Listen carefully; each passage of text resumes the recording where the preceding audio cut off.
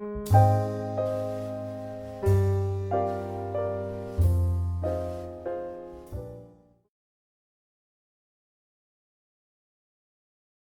I'm Randa Parrish with Prairie Quilt. Today I want to show you how to make some of your fancy stitches look beautiful. And there are some secrets to that. The first thing that I want to show you is some of the different feet that will help you on that. When you use a fancy stitch, such as some of these here, aren't those beautiful?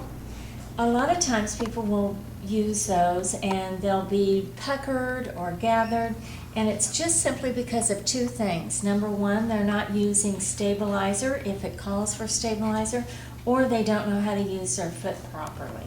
So that's what I'm going to try to help you with today.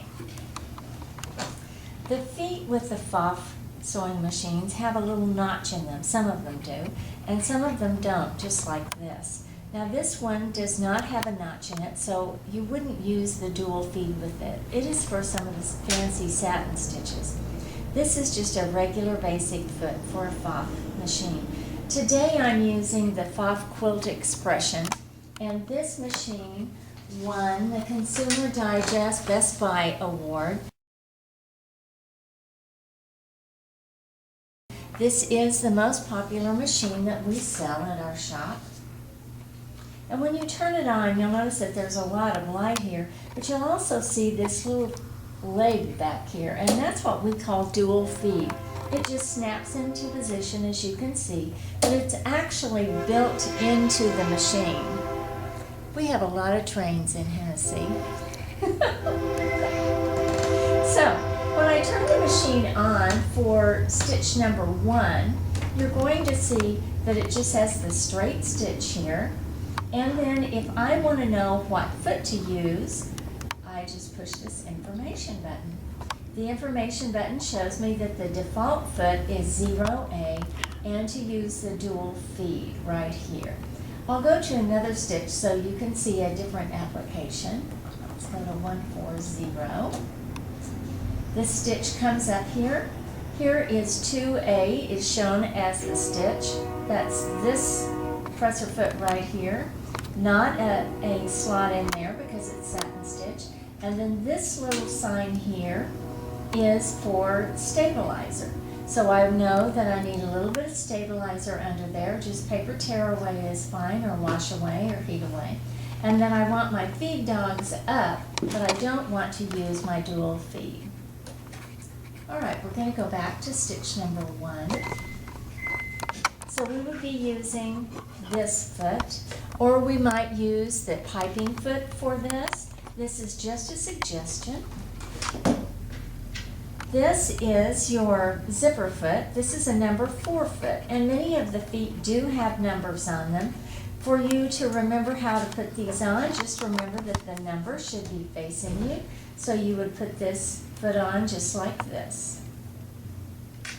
Now the dual feed that I mentioned is right back here, and what I want to do is have you look at what this does when the feed dogs are up. Can you tell that the foot is pulling, it will be pulling your fabric at the very same time as the dual feed down below. So your feed dogs and your dual feed allow your fabric to pull through, and it has a much more precise stitch doing that. If you've ever sewn and you have 2 pieces of 4-inch squares and you end up with a 1/4 inch more of fabric, even though you've cut them correctly, you'll know exactly what I mean. There are a few other feet, such as the open toe or the embroidery feet and the ruffler foot, that do not go on this shank right here on this ankle, and they will go back in here in a hole right here and just screw. The only thing that you have to take the ankle off for is to use a ruffle foot. So this saves you a lot of time when you can just snap the feet off and on. I'm going to show you one of the stitches that I think is the second most popular stitch. You notice how I put that on. Just snap it into place. for quilters, and that is number 58 on this machine. That is the blanket stitch. What I'm going to do is thread this machine real quickly.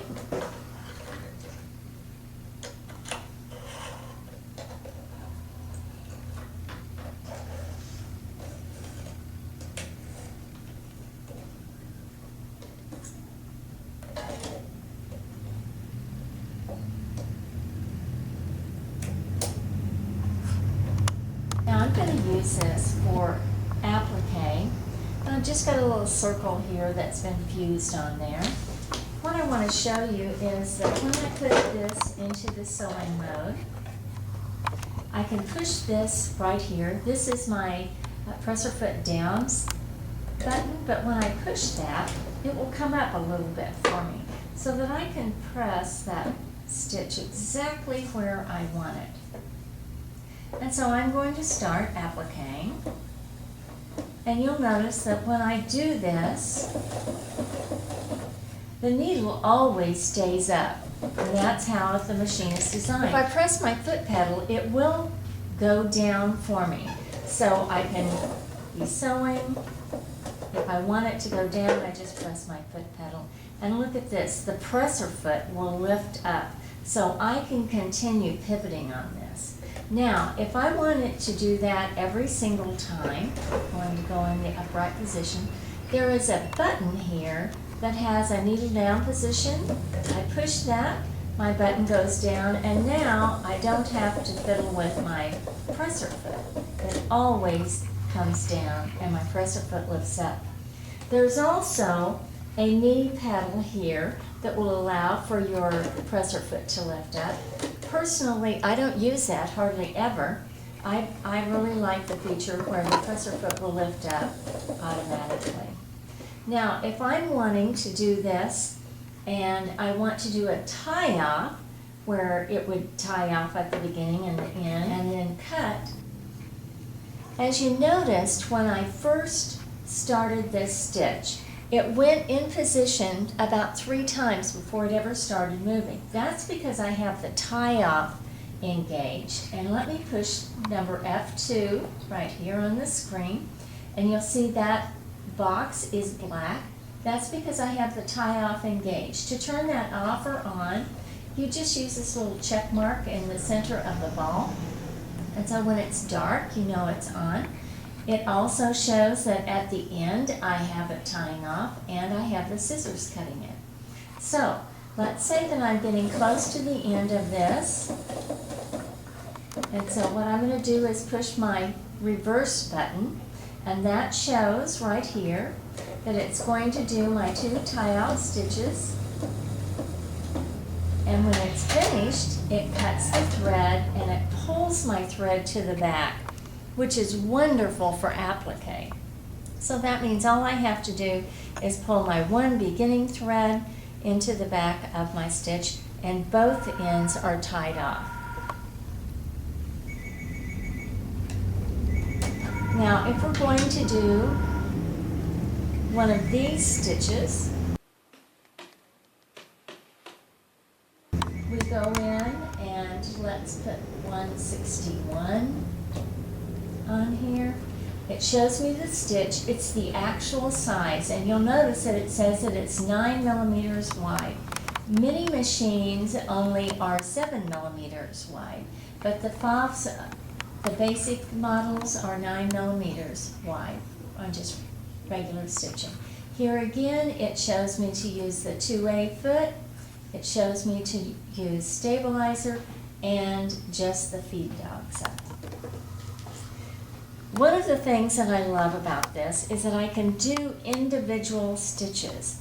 So if I am starting a stitch, such as this ant, I can tell it to actually do just 1 stitch, which is really cool. The Quilt Expression 4 features 2 different fonts. This is the block letters,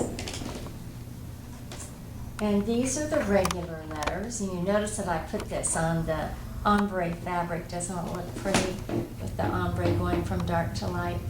lot of buttonholes, so it's also great for the dressmakers. And you'll see all of your stitches right here on top. I hope you enjoyed this little video, and we'll be showing you more about the Pfaff sewing machines and little tips and tricks on sewing. Thank you.